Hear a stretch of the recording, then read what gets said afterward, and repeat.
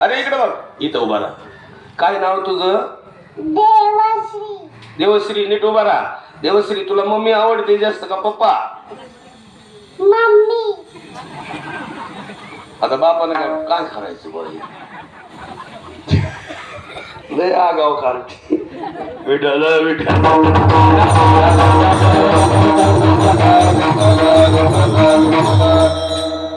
मुलांना सगळं कळतंय महाराज.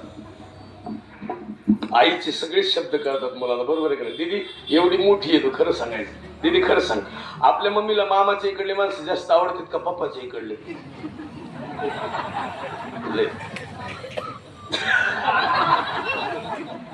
लय आग लागली बाई कोणत्याही मम्मीला. आता तुमची काय माई काय सगळ्याची. ही गंधावाला इकडे दाद्या, अरे इकडे दाद्या, ती गेल निघून. दाद्या इकडे इकडे. लय खास आहे.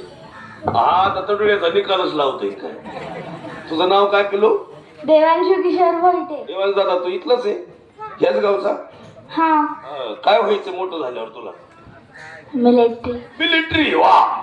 ए पिलो, या महाराष्ट्रामध्ये सगळे खोटं बोलतील पण मिलिटरी खोटं बोलत नाही. सगळे लबाड आहेत पण मिलिटरी नाही. लबाड नाही, मिलिटरी नाही बरं का. मंत्री लबाड बोलतील, केंद्रातली बोलतील पण मिलिटरी नाही. मग तू खरं बोलायचं खोटं बोलायचं? नाही. खोटं बोलायला पाप लागतं. काय लागतं? पाप. कीर्तनात खोटं बोलायचं धंदा आमचा आहे. कुणाचा? नाही खोट आहे. ए पिलो, खरं सांग, आपली मामाची इकडली आजी आली. तुला मामाचं गाव कोणतं आहे? जेजुरी. जेजुरी. मग खरं सांग बरं, तिकडली आजी आली 15 दिवस राहिली आणि इथं पण आजी आहे का नाही? इथं मग आपली मम्मी जेव्हा वाढा आली, मग एक चमच्याभर तूप कोणत्या आजीला जास्त वाढील? तिकडल्या का इथल्या? तिकडल्या.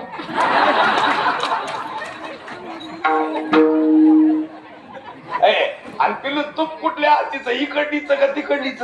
इकडलीच. याला तर निकालच लावला बाई. आता तुला मम्मी फटकी दे धरून. आता तुला खरं सांग, मी खोटं बोलत नाही. चुलत आहे का नाही तुला? म्हणजे पप्पाला भाऊ काका आहे का नाही? आणि मामा पण आहे.